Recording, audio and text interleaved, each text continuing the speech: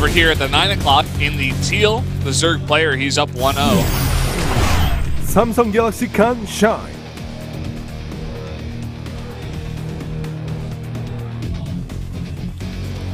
Must be feeling pretty good. Yeah. About this point. There's one down here in the red. CJ enters Sky High. Just like Team Rocket when they're blasting off again. Yeah.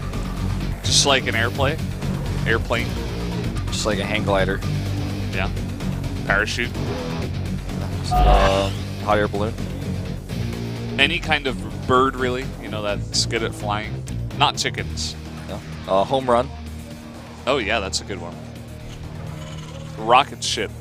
That's like higher than Sky High. That's like... Yeah, it's got Sky High for a while. Yeah. Like a medevac. Yeah. I'll leave it at that. I'll let you win this time. Okay. So, no proxy. Yeah, no proxy. Pretty early scout here at a Shine. Yeah, he really wants to just make sure that he can close this one out 2-0 if he can. Hatch first as well. Hey, calm down, drone. Yeah, do what you're told. Yeah, the music has stopped, so... And the drone, knowing the position, actually goes home. And we'll send the Overlord only, knowing that it'll get there faster than the drone could. Wants to get that mining as soon as possible. Not a bad choice. He's going to see something coming out of this barracks. Could assume Reaper, but is not 100% sure. And we'll be able to verify that. If it were a Marine coming out, probably would have been the second Marine already chasing the Overlord away. So, can reasonably assume. And pool's going up now, along with the gas. Shine usually the aggressor, but game number 1 played pretty straight up. Did control the map by killing those Hellions early on, by hiding his Zerglings and doing some good micro. skyHigh over here with this SCV Scout is going to see the gas, and of course the pool timing after that hatchery. So you will know it's not 3 hats before pool, if you didn't see it before. 2 hats. This music, by the way, I love it a lot. It's Protoss. They're all about the music today. Oh, could he get the one with the gas? He's not looking. He's not actually targeting them down. Gets one. Could he get like 3 with 1 Reaper? Oh, 2 Spore Crawlers will be made. I think you lose the gas when you do that. But if you finish the Spore, you keep the gas. I tested this once. So that 4 gas lost forever. As far as I know, I'm pretty sure that you lose it when you cancel like that. Not a huge deal, of course. It will slow his speed slightly. Yeah. So you could have had it 1 second faster. You know, the opening of that this Protoss music theme really reminds me of the game Lugaru. You know the game I'm talking about, right? One with the rabbits. Oh yeah, yeah. One that of your, really, really creepy game. One of your favorite games. Yeah. Rabbits fight each other with knives. Scary game now. Ooh! Reapers do get in, and nice micro here is going to do a lot of damage to those Zerglings already. Yeah. He thought the Lings were going to get the better end of the deal, but it turns out he was wrong. Actually going to come in here again. He's actually making Reapers work quite nicely. Yeah, and already doing a lot of damage. You know, he could follow this up with more aggression with Hellions. Going in a bit far here, he will lose some of those. I think it's okay, because he got some workers for it, and Reapers do kind of lose their usefulness against a player who's not intending to take a third base for a while. Like Shine, if he was going to take a third base with no Ling speed, then he could have used the Reapers with the Hellions, and it would have been a really tough time for him. But with Ling speed coming out, the Reapers and Hellions, he can clean both of those up. It's not really going to be like too useful to keep the Reapers with them. Obviously, he doesn't want them to die, but to trade them like he did, I think he could be very happy with that. Yeah. Nice position on this third base here. It's going to be really, really far away from that Terran. Yeah, exactly. Fourth base isn't too far away either. He's going to have to start spreading his creep down past the natural, though, which he does do as we speak. Yeah. Of course, this 3cc build, super popular so far in Code A. I'd say almost every single Terran doing it against Zerg. Yeah. Those that were not doing some kind of aggression. I've seen a lot of TVZ actually in recent times here. Not so much in Pro League as often because we don't see very many Terrans. Yeah. And those Hellions moving out. Want to harass, want to slow down that creep spread. Going to kill this Overlord, but the Overlord gets the information. Will he see a third CC? He does, in fact. So everything is confirmed. Also allows him to know most likely where the CC will be. It'll be to the north of the main, not to the west. Reasonable prediction anyways, but now he knows for certain. 6 Hellions here. Can poke at those queens, but with some transfuse energy, it's going to be hard to kill them. Yeah, exactly. Actually going to go around the side, try to pick them off again. Catching some links as well. If you can get the queen with the most energy, might be able to get out of there, but the other one has another transfuse anyways, so. Supply blocks shine right now. Not with the Viking, but perhaps with an Overlord kill somewhere else. Maybe that scout that was on the main. A few additional barracks being added. He's really ramping up his production early before getting into the starport. Wants to use that third CC economy to really get those Marines out there. His upgrades are only slightly ahead, but that's another factor to consider here. Hellions again coming here on creep. See where the scan is. Scan's the front of the natural. Sees the 2 Evo chambers.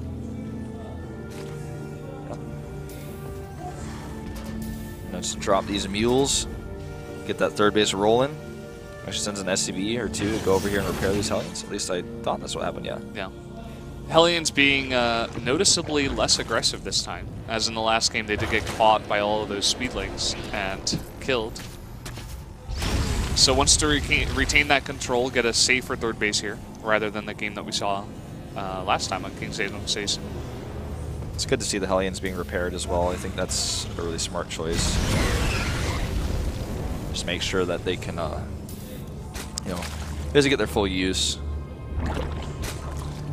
Baneling Nest goes up. The repair costs like 1 mineral per second of repairing, for those wondering generally, so you could repair hit points super fast in that time, and it's just going to cost you less than, like, if you repair half a Hellion, it costs less than half a Hellion, so it's just worth it in most cases to keep them at full health. Big double drop coming towards the main here while he's distracting with the Hellions. Smart choice. Yeah. Is he going to be ready over here? It seems like he's got a couple queens. He's got creep tumors all on the edge of his main base, so he's definitely seen it. And brings Banelings back. That should be enough since he's pure Marine. Immediately picks up and goes away. He's like, no, don't want to deal with this right now. Too much. Oh, and look at this. The Banelings coming into the third base. Doing a lot of damage there, not noticing, not being able to pull in time. Up to 7 kills. Oh, that was really nicely done. Can always come back and do that later too. This ground force over here is going to require Banelings, but they're on creep, and also there are Mutalisks coming out here, so he needs to be really careful. The creep spread of Shine is actually incredibly good. I have to say this again and again. It's actually really good. He's really showing that his macro play is pretty up to par as well. I mean, his main base creep does what like impresses me the most. Nobody spreads creep like that in their main base consistently.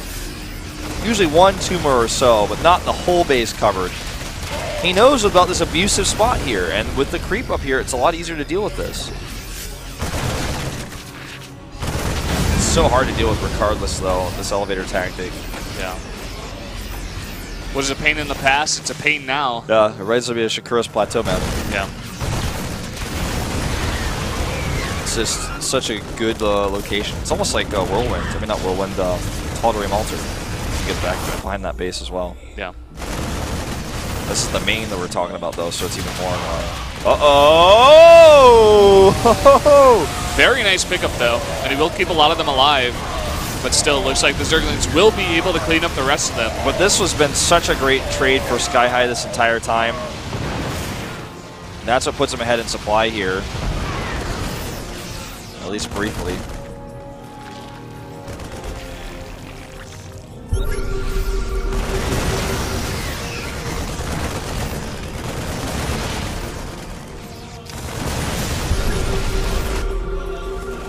A lot of Overlords evacuating here. Yeah, this attack just continues.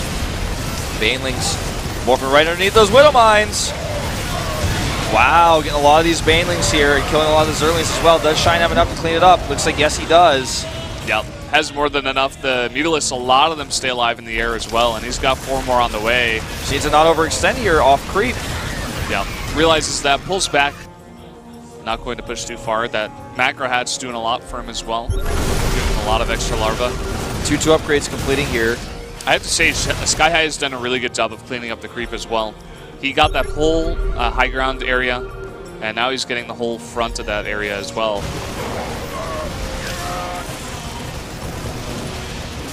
Lings coming over here. Dodges the banelings with that Widowmine shot. Or dodges the shot with the banelings. It's off creep. Even turning the banelings around wouldn't really help him here. Tries to use a few scapegoat lings to save them. Just so many medevacs here for the stem recovery. Ouch. That was a nice shot there. skyHigh really working on this creep. He's starting to really gain some ground here. And he's got that third base completely uncontested now. Seems like Shine wants to go for a kind of a counterattack over here at the third base. Already moving his units into position. Yeah. I'm not sure how much that will be worth it, though. Never mind. Look at this upgrade. Just go for the attack, and a huge number of SCVs going down. Gets a big number of those Marines in the back as well. Here's my concern, though. Are killed. If he used all his banelings for that, what's he got for this? How many banelings does he have? Okay, he does have actually quite a few of those. And he kills a CC. 3-3 is on the way, though, for skyHigh, while 2-2 is on the way for Shine. That's the upgrade discrepancy here right now. A little bit of hesitation on those banelings, and the Widowmine shots are going to be really, really nice on those. Yeah, he used all those banelings on that mineral line, and now he's just got so few units to defend. 21 banelings now in total. Coming for a flank here. Comes on the back with the Mutalisks, and here come those Widowmines. Or rather, those banelings. No Widowmines here. Yeah, banelings rolling in and decimating a lot of stuff. All the medevacs here are so exposed. He doesn't commit. He really doesn't even have that much on the ground. He needs the banelings, of course, to clean them up, but he's got so many medevacs in the air. So many of them are low, as you did mention. He's basically going pure Marine Widowmine. No Marauders with this. It's all this zoning. The medevacs are really what's keeping him in this game. There's just so many of them. He's got to have, what, 10? Something like that. Yeah, it's nearly that amount. He's going to retake his third base here. Going to be so crucial right now, especially since Shine just got his fourth base up in the meantime. He has 12 medevacs. So that's 24 of that army supply you guys see at the top right. So they're not attacking units. They can heal. They're not going to be too useful against Baneling burst damage. Baneling's a bit out of position there, loses a bunch of them. It's really tense right now. The creep spread is, he's attempting it, but it's not quite completed. He wants to catch any reinforcements he can. Fighting with these Banelings off creep is just so difficult to do when he doesn't have a massive number of them. He's trying to build that Baneling count up again. These 2-2 upgrades will actually finish. He'll be on even upgrades for a second or two before 3-3 finishes here for skyHigh. He's just able to pick off so many Banelings so consistently well here. Although Shine is delaying a lot of time, I think he's going to get that He stops it, he does. And the second one, will he get it? There's a lot of repair going on. I think he's going to save +3 attack, but the armor will not be done. He's going to have to start that again in a second. Yeah, that is so annoying for skyHigh right now. I feel like Shine basically just needs to pull on like massive Baneling production, like true style. Because, I mean, he's against pure Marine right now. Yep. And the other thing he never really did, again, was he never re-extended that creep. It's, like, totally in shambles in the middle of the map. You see, like, a small amount there, but he needs to get that creep out there as well. Baneling Landmines could also be devastating against this type of composition. It's pure Marine with 2 Widowmines and 2 Marauders. Yeah. It's just, he knows he can't engage that, even though the Banes are so close. They're just going to be split and shut down, even to a small amount of Marines. All right, getting more Banelings in here. A few more Overseers just to make sure you can deal with those Widowmines, because things like this happen. 12 kills on that one. And Marines. Huge Marines. He picks up! He's going for the chase here. Will be able to drop there on the high ground. Very nicely done. Map is pretty good for some kind of style like this, able to drop up there, get away from the mutas. Big drop there in the main. I'm not sure how he's going to respond to this one. Yeah, double drop with a lot of Marauders, actually. 6 in total. Seems like he's going to go straight for the counter attack. Another drop going there at the 4th base. But look at this. Shine is just straight going for the attack. Things are getting tense here. Baneling shots here, not the best. This is going to clean up this army, but the concern for me is, what about those drops on the main base? What about the attack that's going from the right side? He doesn't have any answer for that army, and if he loses all of his base, loses all of his infrastructure, can he ever beat the army? That's the question. That is the question. He has a large number of Banelings in the main base, but really, really nice splitting there. Yeah, and a lot of Banelings going off on a Marauder. Yeah. Intense here. No defense over there. He is parked over that production. Needs some Zergling support in there for the Mutas, though. But again, so many Marines that just have not been cleaned up here in the main base of Shine as well. So these guys just going for pretty much a base trade so far. Yeah, blow for blow here. Look at this. A lot of Banes. And look at the Zerg army supply. You know, he's just been able to get a decent amount of hits too many times, and he's also killing the reinforcements coming out of the barracks. So his production has been halted, whereas Shine, even if he loses hatcheries, the larvae still sit on the ground for quite some time. He just keeps making lings. He had so much extra larva. I think he's pretty much done it. The game's not over yet, but I don't see what skyHigh can do to come back from this. Even dropping 1 by 1 on top of these Banelings isn't going to be enough. And here come the Mutas.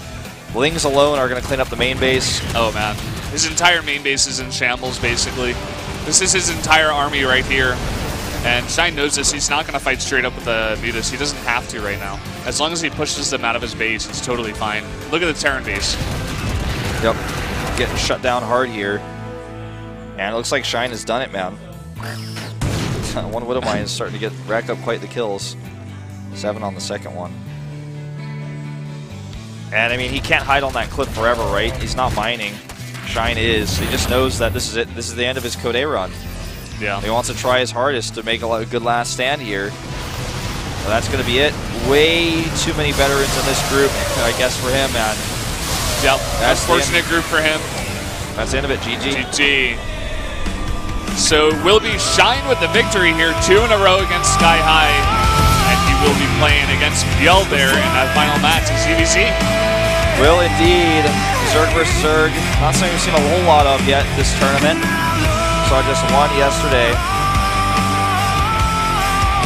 Got a feel for skyHigh though. Good first attempt, really solid play. And that last game it had a lot of the time. It's a really good map. I'm really starting to like it actually, especially for this matchup. Yeah, I really like that map actually. It's making me feel really good. There's a lot I want to see more Protoses on it as well. I want to see that happen. There's just a lot of different ways you can like kind of drop on the high ground and pull back and move around. If it really rewards good creep spread as well as good drop play. Really cool map. Really, really enjoying that one. Well, guys, we're going to go to our final map, that Zerg versus Zerg, after a 5-minute break to find out the last player from Group E.